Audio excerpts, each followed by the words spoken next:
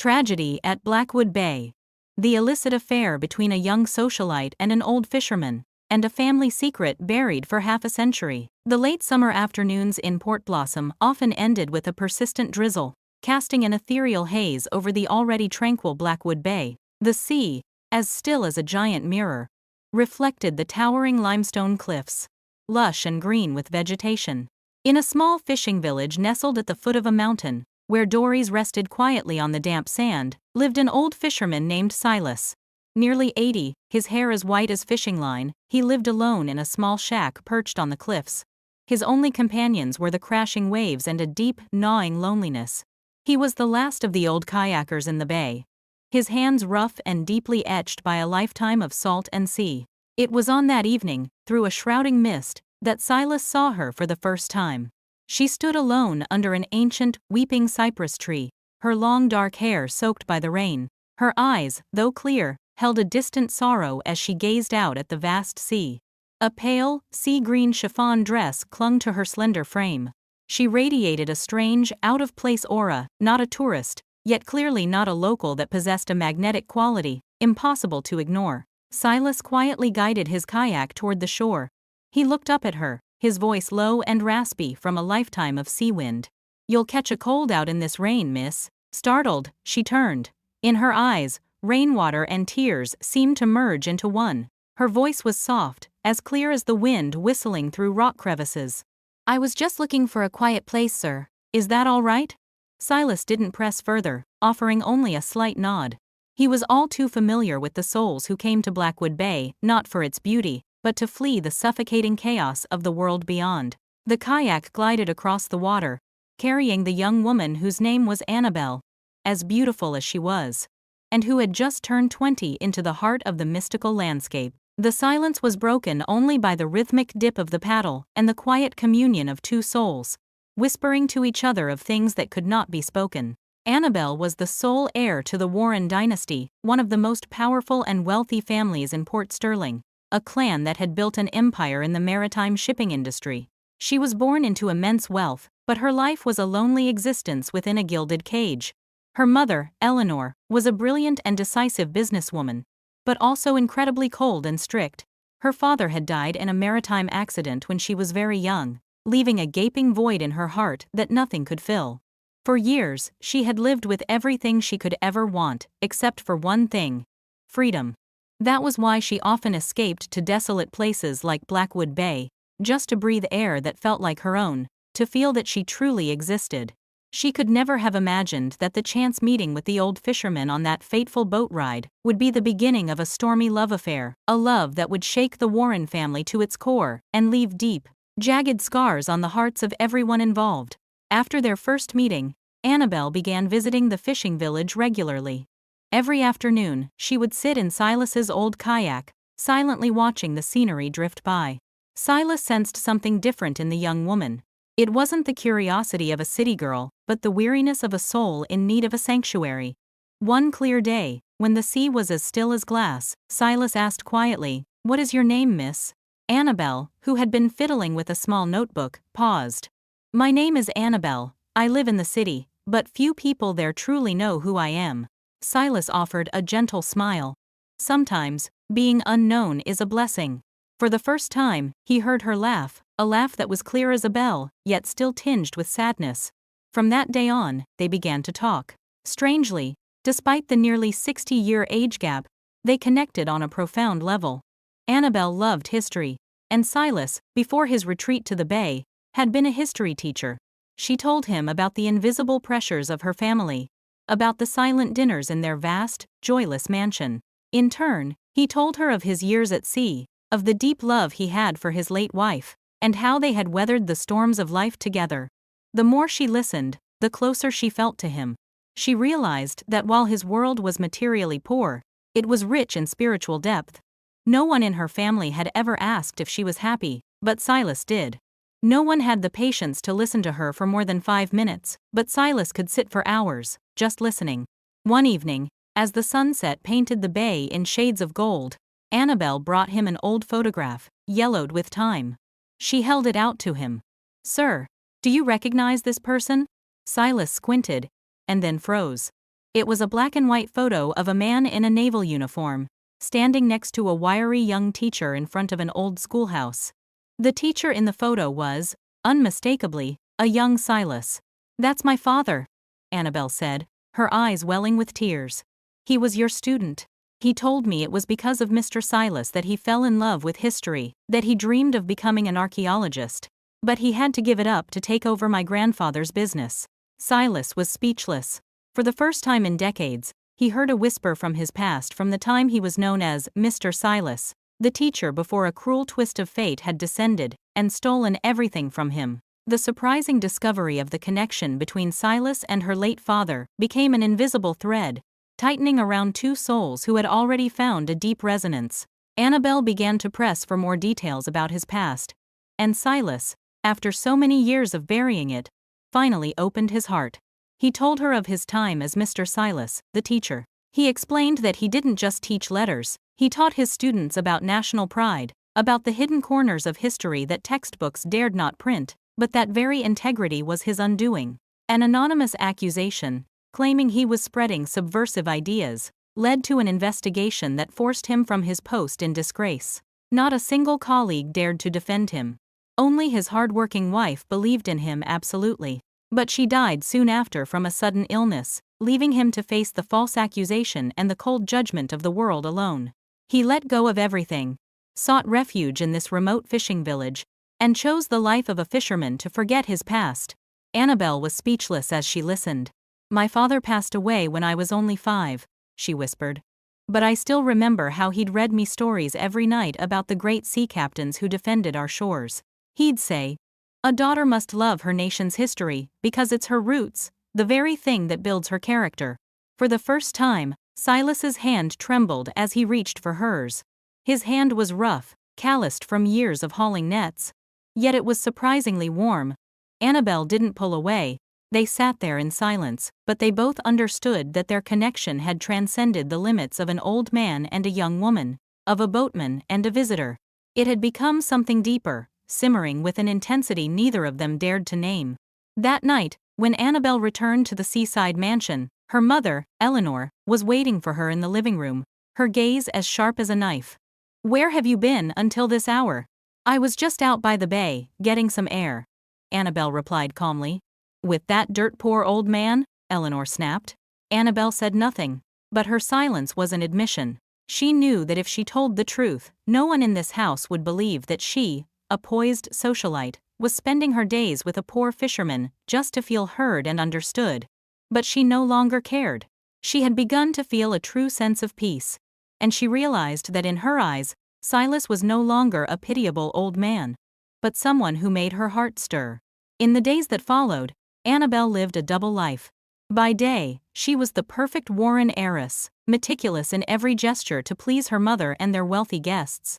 But when night fell, she would sneak out the back gate, walking the coastal path to a world that was hers alone. Their affection for each other grew in the silence. She no longer came just to listen. She began to bring small gifts. One day it was a modern, rechargeable lantern to replace his old oil lamp.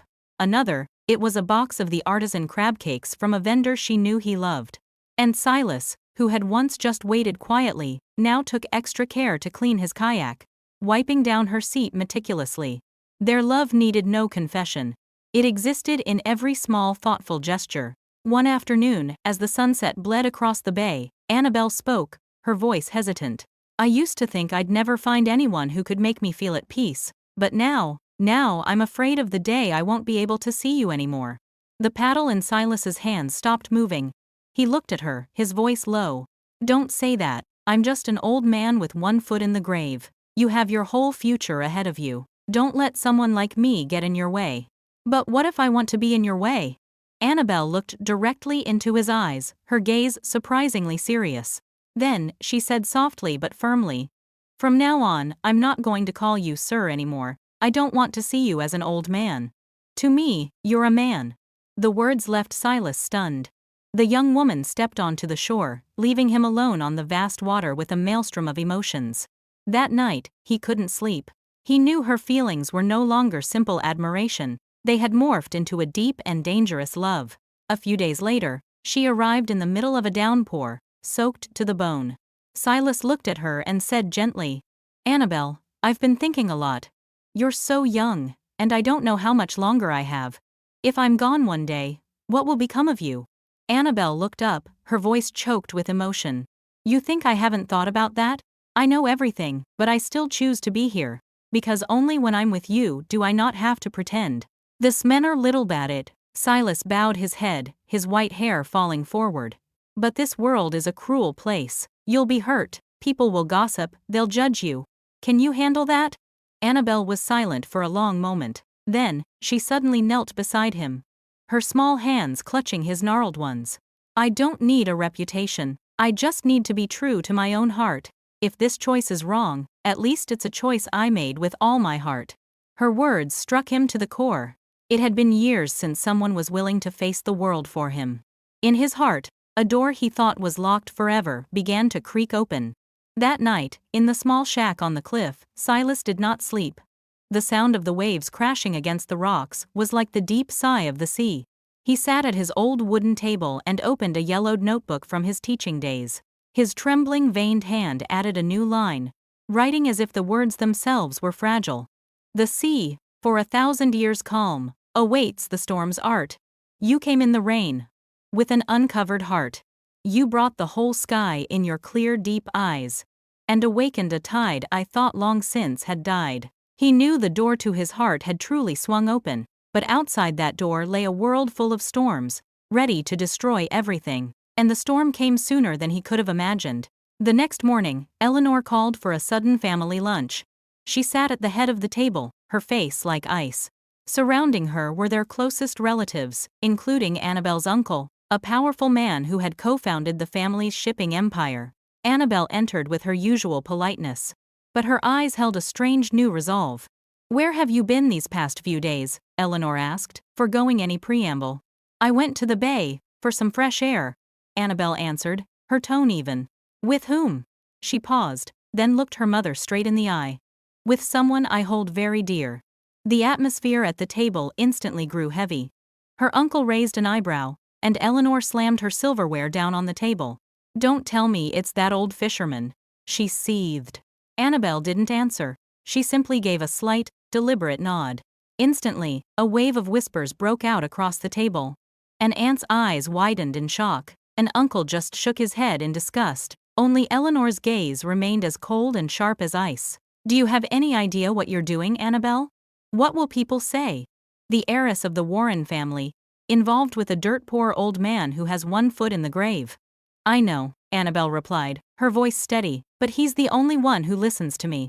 The only one who doesn't measure my worth in money or status. He makes me feel human." "Human?"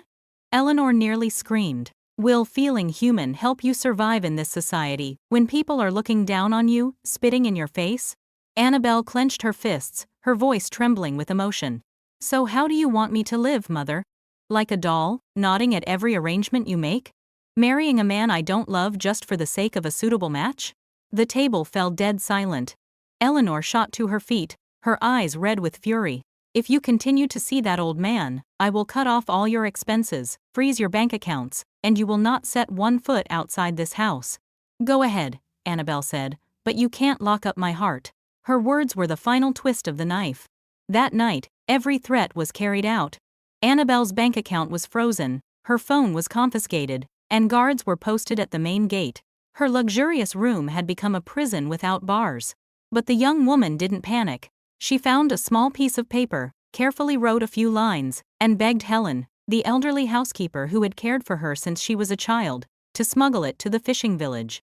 The note was brief. "Silas, they're keeping me here, but I'm not giving up. I promise I'll find a way back. Don't be sad and don't think I've left you. I miss you." Silas received the letter late one afternoon. He sat silently on the empty dock, his eyes stinging. For the first time in decades of solitude, he felt a hollow ache, a pain so sharp it took his breath away. 7 long days passed. Annabelle was under complete house arrest. In another corner of the city, Silas continued to take his boat out each day. But everyone could see he was more withdrawn, his eyes constantly fixed on the path that led back to the city. On the 8th afternoon, a woman in a sharp business suit came to see him.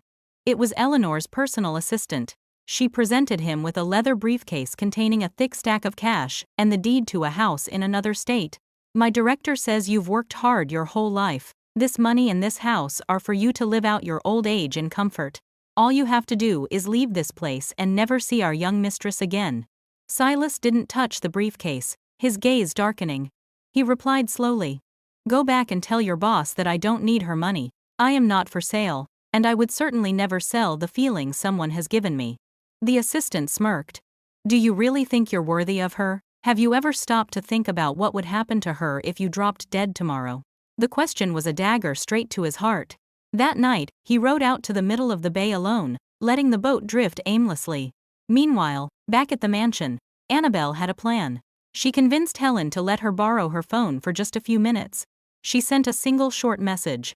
"Silas, I'm okay. Don't let anyone hurt you. Wait for me. I will come back." The text message reached Silas's phone just as he was adrift in the dark sea. After reading it, he clutched the device in his hand, his old eyes filling with tears. In a world that was trying to tear them apart, that single line was all the strength he needed to withstand the storm. On the 13th day of Annabelle's confinement, the first big squall of the season hit without warning. Wind howled through the trees outside the mansion gates, and rain lashed against the glass, as fierce and violent as the suffocating turmoil in the young woman's heart. That afternoon, Helen quietly entered the room and pressed a small cloth bag into Annabelle's hand. "The lady of the house has gone to a meeting. Go now, child. In here are the keys to the back gate and a little cash. But if you go, you must be careful. Don't let them catch you." Annabelle squeezed the old woman's hand, her eyes welling up with tears. "Helen, thank you. I will never forget this for as long as I live."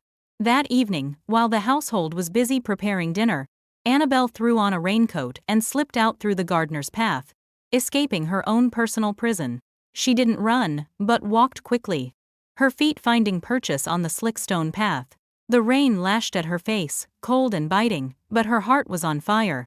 She had no idea how her mother would react to her disappearance, but right now, nothing mattered more than seeing Silas again. At the fishing village, Silas was huddled in his small shack. The heavy rain drove a bone-chilling wind through the cracks in the door. He had grown much weaker these past few days, no longer strong enough to take tourists out in his kayak. People told him to rest, but he would only smile sadly. "I can't rest yet, I'm still waiting for someone." Around 7 o'clock, through a white sheet of rain, he heard the sound of urgent footsteps outside. Silas pushed himself up, staggered to the door, and froze when he saw Annabelle. She stood there, soaked from head to toe, her black hair plastered to her pale face. Her eyes were red, but they were blazing with a fierce determination. She was panting, trying to force a smile. "I'm back." Silas was speechless for a few seconds before rushing to pull her inside. He grabbed his only dry towel to dry her hair, then draped his old cotton jacket over her small, trembling shoulders. His own hands shook too much to speak. "I couldn't take it anymore," Annabelle whispered. "I tried to live the way my mother wanted, but every day without you was worse than hell." She looked up at him, her voice resolute. "I know people will call me crazy, but if this love is madness, then I'll gladly be mad for the rest of my life." Silas gently squeezed her shoulders, his old eyes glistening with tears. He no longer pushed her away. Taking a deep breath, he said in a hoarse voice, "I have nothing left to give you, Annabelle. Only a heart that I haven't dared to give fully to anyone since the day my wife died." "Then give it to me now," she replied. "I'll protect it with my life, even never 100 bisons of not within." At that exact moment, the door of a luxury car swung open outside. Eleanor stepped out, holding an umbrella, standing like an ice sculpture in the rain. Her gaze swept the area before landing on the two of them sitting together, her expression chillingly cold. "You are coming home with me, now!" Eleanor's voice seethed, shattering the warmth inside the small shack. Annabelle shot to her feet, placing herself in front of her man. "You should go, mother, I'm not going anywhere. They haven't. About to mustn't unrightment." "Don't you dare test my patience," Eleanor shrieked. "You've thrown away this family's honor to run after a dying old man. You make me sick with shame." Annabelle shook her head slightly. "Your honor is in billion-dollar contracts. My honor is in living truthfully. I feel no shame in loving a decent man." Eleanor trembled with rage. She turned her fury on Silas, spitting out each word. "And you? Who do you think you are, harboring my daughter? Don't you forget your past. Did you think I wouldn't know? Years ago, you were the one who drove my family into ruin. You were the one who killed my mother." Annabelle was stunned. "What are you talking about? What does Silas have to do with my grandmother?" "He was your father's old teacher," Eleanor sobbed, her voice breaking with decades of pent-up hatred. "That year, an anonymous letter accused your grandfather, who was the head of the Board of Education at the time, of protecting an intellectual with subversive ideas. And that subversive intellectual was him. Because of that letter, your grandfather was dismissed, our entire family was disgraced, and your grandmother fell ill from the grief and died. I always believed that he was the one who wrote that letter." "It wasn't me," Silas shouted, the first time in decades anyone had heard him raise his voice. "I have never hurt anyone. I was a victim too. I lost my job, I lost my honor, and I've had to hide here for almost 40 years. The shack fell silent, the only sound, the heavy, unforgiving rain. Eleanor paused, her voice suddenly softer. "If you were innocent, why didn't you clear your name?" Silas let out a bitter laugh. "Because the man who wrote that letter was powerful, a political rival of your grandfather. He threatened my entire family. My wife was sick at the time, and I couldn't let anything happen to her. I chose silence to bear the burden for everyone." For the first time in years, the proud facade of the Iron Lady crumbled. Eleanor collapsed onto a chair, utterly dumbfounded. "So, my whole life, I've hated the wrong man? The true storm, not the one raging outside, but the one inside the human heart, had finally arrived."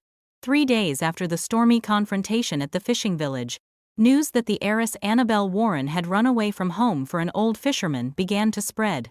A relative, who had never liked Eleanor, deliberately leaked the story to a tabloid journalist. A few hours later, an article titled "Port Sterling Shockwave, Shipping Heiress Abandons Family for 80-Year-Old Fisherman" appeared online.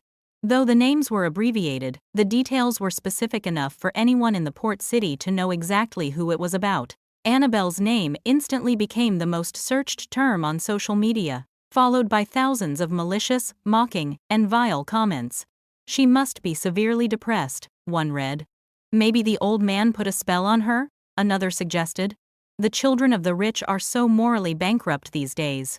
At the Warren mansion, an emergency meeting was held. Annabelle's uncle slammed his hand on the table. "We cannot let her continue to destroy this family's reputation. The rumor is that old man targeted her for her money." Eleanor sat silently, her face pale.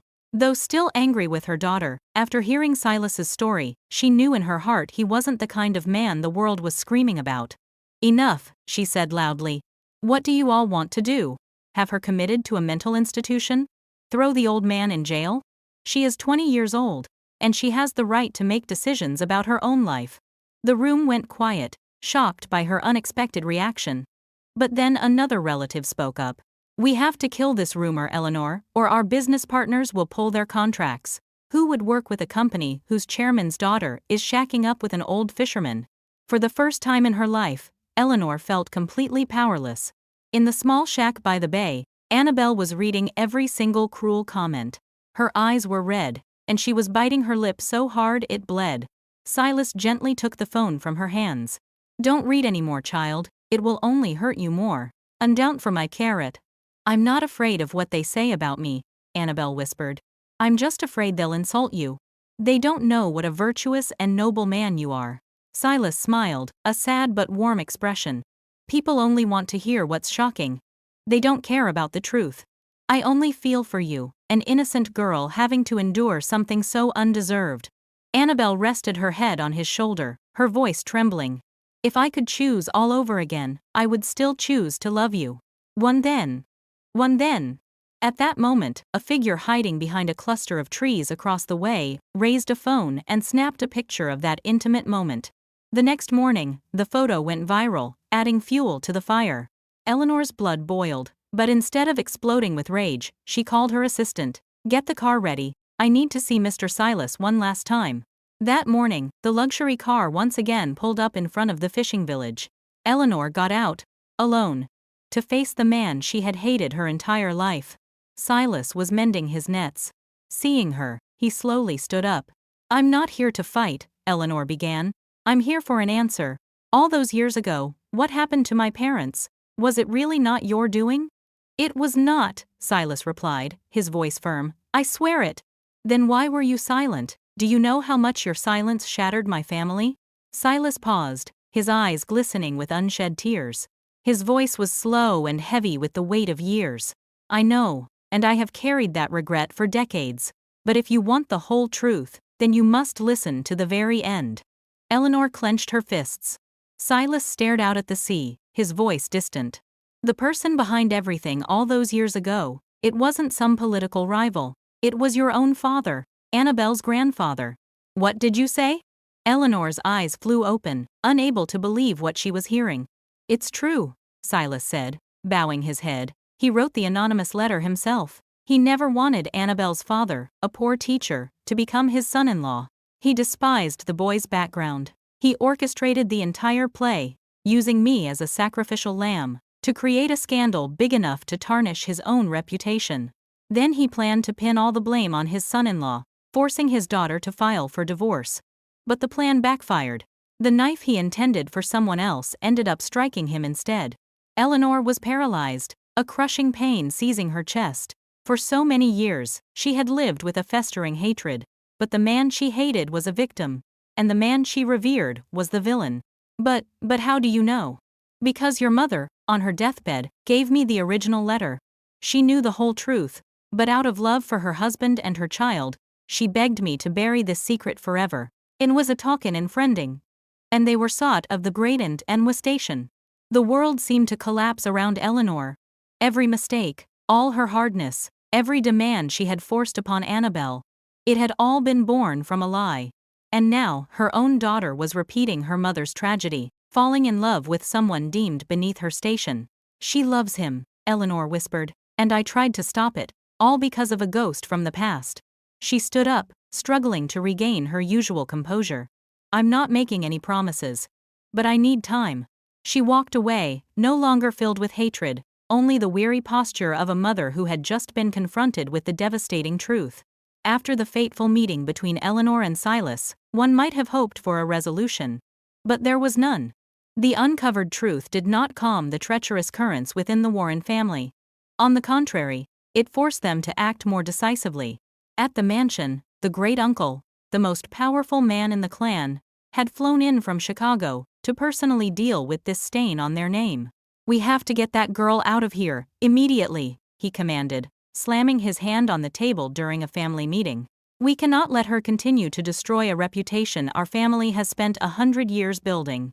Eleanor, still reeling from the shock of the past, offered a weak protest. But she's not a child anymore. And haven't a Mr. Madeley. And is it her choice to make this entire family a laughingstock? The uncle roared. If you won't act, sister, we will. A plan was quickly devised. They would lie to Annabelle, telling her the family was taking a trip to Australia for a few weeks to de-stress. In reality, it was a one-way ticket. She would be taken there, enrolled in a short-term training course, and cut off from all contact for at least 6 months. No one asked for Annabelle's opinion. And Eleanor, this time, chose silence. She did not agree, but she no longer had the strength to object. Meanwhile, Helen, the loyal housekeeper, secretly recorded the entire cruel plan. Trembling, she found her way to the docks and gave the recording to Silas. After listening, Silas fell into a long, deep silence. His old eyes grew cloudy, and blue veins stood out on the back of his hands. He knew that if they took Annabelle away, he would likely never see her again. Their love, as fragile as a wildflower, would be ruthlessly crushed. That night, Silas sat under the flickering light of his oil lamp and carefully wrote a letter. Each character was shaky, but it contained the entirety of his heart. My Annabelle. If you are reading this, I am probably no longer here to row the boat for you, but I want you to understand that no love is wrong if it is born from sincerity. I do not need you to sacrifice for me. I only need you to live a happy life, for yourself. That would be enough for me. When he finished, he carefully placed the letter in his pocket. The night was colder than usual, the wind from the sea moaning as it blew inland. He rowed his boat out to the middle of the bay one last time and let it drift. His eyes were fixed on the black, starless sky. The next morning, the terrible news struck like a bolt of lightning. Silas had fallen into the sea during the night. A sudden, violent gust of wind had overturned his fragile kayak. The fisherman found the boat adrift at dawn. Silas himself was discovered hours later, his body cold and unconscious, snagged on a rocky outcrop near a deserted island. The news reached the mansion just as Annabelle was being forced to pack her luggage. Upon hearing it, she went insane. She threw her suitcase across the room, screaming and crying as she charged for the main gate, shoving past the 2 bodyguards who tried to stop her. "Silas," she cried out in despair. "Don't you leave me, I never got to say goodbye." Her wails tore through the oppressive silence of the estate. The piercing siren of the ambulance carried Silas's old body to the provincial hospital. Annabelle sat collapsed outside the emergency room, clutching the old notebook he always wrote in, tears streaming endlessly down her face. She no longer cared about the shocked stares of her relatives, or the flashing cameras of the reporters who had gathered. In that moment, her entire world had been reduced to a single point of focus. The man she loved was in there, fighting for his life against death itself. After a long while, an old doctor emerged, shaking his head wearily. "He's very weak. His advanced age, the prolonged exposure to the cold water. His heart is already showing signs of stopping. Without a miracle, I'm afraid." But Annabelle wouldn't believe it. She believed in their love. If the entire world had turned its back on them, her heart, at least, would remain. It would wait for a miracle. And as long as he was alive, she would do everything to protect him until the very end. The intensive care unit was filled with the smell of antiseptic and the steady, faint beep of a heart monitor. In the hallway, Annabelle sat with her head bowed, her hair a tangled mess, her hands gripping Silas's old notebook as if it were her only lifeline. The old doctor came out of the room, his voice hoarse with fatigue. "His condition is critical. We've done everything we can. Now all we can do is rely on the patient's will to live, and a miracle. And 200 cents. At the word miracle, Annabelle burst into tears. She ran to the glass window of the ICU, pressing her forehead against the cool pane, whispering in desperation, "Silas, you can't leave me. You haven't finished telling me the stories of the sea. I haven't heard you read your poetry again." A young nurse gently patted her shoulder and handed her a small plastic bag. Inside was a damp, crumpled letter. "We found this in the old man's coat pocket when he was admitted. Vree." Annabelle's hands trembled as she opened it. The ink had been smeared by the seawater, but she could still read every word, every line, as if she were consuming the last heartbeats of the old man himself. "I do not need you to sacrifice for me. I only need you to live a happy life, for yourself. That would be enough for me. You are the last lighthouse in the storm of my life. If there is a next life, I would still want to row my boat in this bay, and I would still want to meet you." The young woman clutched the letter to her chest, her cries silent and gut-wrenching. 3 days later, a miracle truly happened. Silas slowly opened his eyes. The first person he saw as the blurry light came into focus was Annabelle. She wasn't crying, she simply took his hand in hers and smiled, a smile as radiant as the first ray of sun after a storm. "I'm here. I'm still here." Quote, as the news of Silas's recovery spread, another miracle began. Their love story, after the tragedy that nearly cost him his life, was suddenly seen in a completely different light. Public opinion began to turn. The fisherman, once silent, now spoke up, telling stories of how Silas had single-handedly rescued a tourist boat during a storm 10 years prior. A veteran journalist unexpectedly re-shared an old article of his, telling the story of a wronged history teacher named Silas, who had been forced to leave his post. Gradually, the perception shifted. From a suspicious old man, Silas became the image of a hidden, decent soul. And from a rebellious heiress, Annabelle became a symbol of sincere and courageous love. That evening, Eleanor came to the hospital alone. Gone was the cold demeanor, gone were the harsh words. She sat down beside the hospital bed, silently looking at the man who had just escaped death's grasp. After a long moment, she spoke, her voice thick with emotion. I owe you an apology." Silas just shook his head slightly. "It wasn't your fault. We all make mistakes when we're blinded by the past." Eleanor looked over at her daughter, who had fallen asleep in a chair by the bed. For the first time in years, she truly saw the extraordinary strength in the child she had always considered weak. If I don't stand in your way anymore, She hesitated. Will you dare to hold her hand for the rest of this life? Silas didn't answer right away. He looked at Annabelle, then down at his own gnarled hands. His voice was as soft as the wind. If you'll allow me, I will never let go. Seti. Seti hos. Eleanor smiled, a tired but peaceful smile of a mother who had finally found the answer for herself. Then, I entrust my daughter to you. The war, it seemed, was finally over. A few days later, the great-uncle arrived at the hospital, intending to wage one last battle. But when he walked in, he found Eleanor already there, gently feeding Silas spoonfuls of warm broth. Seeing her brother, Eleanor said only one thing: "You should go home. This is my family, and I have made my decision." The great-uncle stood there, stunned, then silently turned and left. The final wall of opposition had crumbled. 6 months later, as spring returned to Blackwood Bay, Silas had made a full recovery. They didn't have a lavish wedding. Their happiness no longer needed anyone else's approval. Annabelle officially moved into the small shack on the cliff. She began to collect the stories and poems Silas had written throughout his lonely life, compiling them on a personal blog she named The Silas Stories. The blog quickly attracted tens of thousands of readers, becoming an inspirational tale of love and kindness. One summer afternoon, as a cool southern breeze blew in, Annabelle returned from the city, a stack of papers in her arms. "Silas, I have some news for you." He was reading on the porch and looked up, his eyes sparkling. She sat down beside him and handed him a lab report. I'm pregnant, 2 months along." Silas went completely still.